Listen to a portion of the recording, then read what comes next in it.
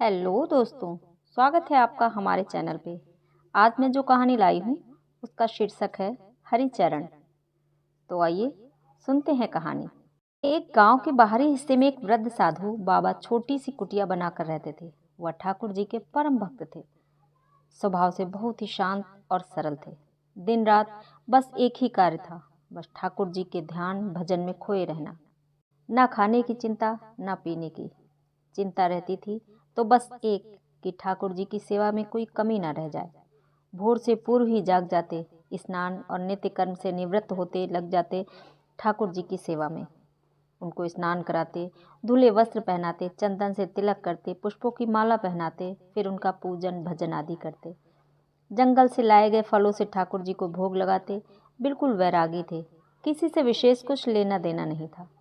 फक्कड़ थे, किंतु किसी के आगे हाथ नहीं फैलाते थे। यदि कोई कुछ दे गया तो स्वीकार कर लिया, नहीं तो राधे राधे। फक्कड़ होने पर भी एक विशेष गुण उनमें समाहित था। उनके द्वार पर यदि कोई भूखा व्यक्ति आ जाए तो वह उसको बिना कुछ खिलाए नहीं जाने देते थे। कुछ नहीं होता था तो जंगल से फल लाकर ही दे देते थे, किंतु कभी किसी को भूखा नहीं जाने दिया। यही स्थिति ठाकुर जी के प्रति भी थी। उनको इस बात की सदैव चिंता सताती रहती थी कि कहीं ठाकुर जी किसी दिन भूखे न रह जाएं। उनके पास कुछ होता तो था नहीं, कहीं कुछ दे जाता तो भोजन बना लेते थे, अन्यथा वह अपने पास थोड़ा गुड़ अवश्य रखा करते थे। यदि भोजन बनाते थे तो पहले भोजन ठाकुर जी को अर्पित करते, फिर स्वयं ग्रहण करते। किंतु यदि कभी भोजन नहीं होता था तो गुड़ से ही काम चला लेते थे। थोड़ा गुड़ ठाकुर जी को अर्पित करते और फिर थोड़ा खुद खाकर पानी पी लेते थे। एक बार वर्षा ऋतु में कई दिन तक लगातार वर्षा होती रही। जंगल में हर ओर पानी ही पानी भर गया। जंगल से फल ला पाना असंभव था। उनके पास रखा गुड़ भी समाप्त होने वाला था। अब बाबा जी को बड़ी चिंता हुई। सोचने लगे, यदि वर्षा इसी प्रकार होती रही तो मैं जंगल से फल कैसे ला पाऊंगा, ठाकुर जी को भोग कैसे लगाऊंगा। गुड़ भी समाप्त होने वाला है, ठाकुर जी तो भूखे ही रह जाएंगे।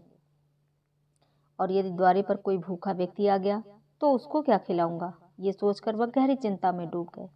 उन्होंने एक निश्चय किया कि अब से मैं कुछ नहीं खाऊंगा, जो भी मेरे पास है वह ठाकुर जी और आने वाले के लिए रख लेता हूँ।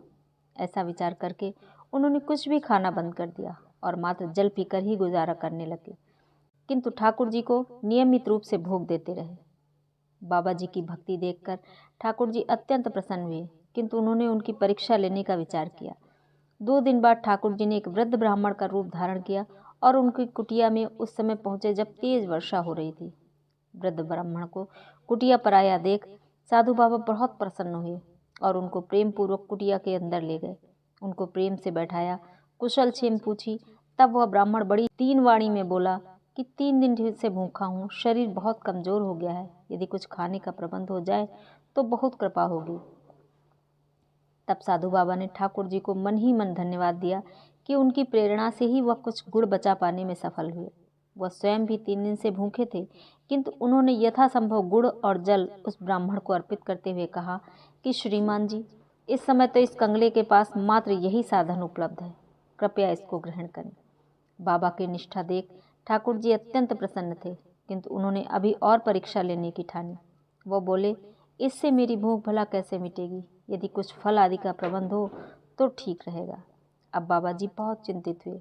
उनके द्वार से कोई भूखा लौटे ये उनको स्वीकार नहीं था। वो स्वयं वृद्ध थे, 3 दिन से भूखे थे, शरीर भूख से निढाल था, किंतु सामने विकट समस्या थी। उन्होंने ब्राह्मण से कहा, ठीक है श्रीमान जी, आप थोड़ा विश्राम कीजिए, मैं फलों का प्रबंध करता हूँ। बाबा जी ने ठाकुर जी को प्रणाम किया और चल पड़े भीषण वर्षा में जंगल की ओर फल लाने। जंगल में पानी भरा था, पानी में अनेकों विषैले जीव इधर उधर बहते जा रहे थे, किंतु किसी भी बात की चिंता किए बिना साधु बाबा कृष्णा कृष्णा का जाप करते चलते रहे। उनको तो मात्र एक ही चिंता थी कि द्वार पर आए ब्राह्मण देव भूखे न लौट जाएं। जंगल पहुंचकर उन्होंने फल एकत्र किए और वापस चल दिए। कुटिया पर पहुंचे तो देखा कि ब्राह्मण देव उनकी प्रतीक्षा कर रहे थे। बाबा जी ने वर्षा और भरे हुए पानी के कारण हुए विलंब के कारण उनसे क्षमा मांगी और फल उनको अर्पित किए। वह वृद्ध ब्राह्मण बोला, बाबा जी आप भी तो ग्रहण कीजिए। किंतु वो बाबा जी बोले, क्षमा करें श्रीमान जी, मैं अपने ठाकुर जी को अर्पित किए बिना कुछ भी ग्रहण नहीं करता। ये फल मैं आपके लिए लाया हूँ। मैंने इनका भोग ठाकुर जी को नहीं लगाया है। तब वो ब्राह्मण बोला, ऐसा क्यों कह रहे हैं आप? ठाकुर जी को तो आपने अभी भी फल अर्पित किए हैं।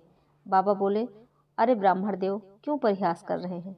मैंने कब अर्पित किए ठाकुर जी को फल? तब ब्राह्मण देव बोले, अरे यदि मुझ पर विश्वास नहीं तो जाकर देख लो अपने ठाकुर जी को, वह तो तुम्हारे द्वारा दिए हुए फलों को प्रेम पूर्वक खा रहे हैं। ब्राह्मण देव की बात सुनकर बाबा जी ने जाकर देखा तो वह सभी फल ठाकुर जी के सम्मुख रखे थे। उन्होंने ब्राह्मण देव को अर्पित किए थे।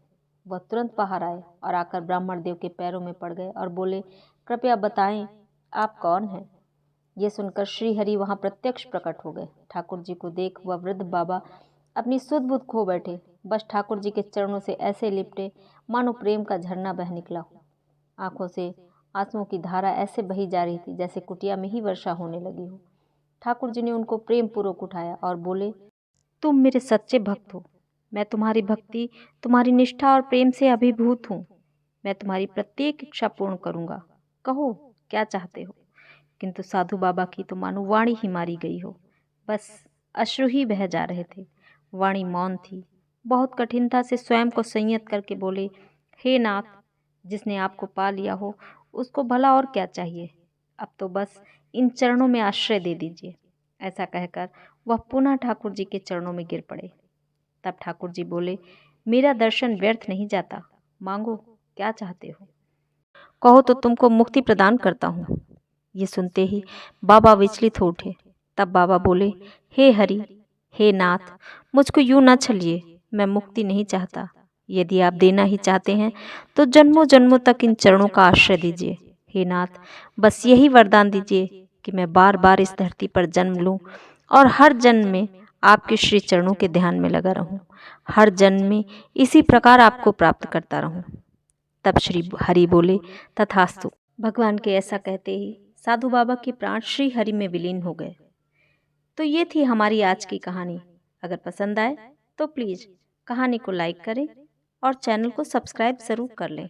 धन्यवाद।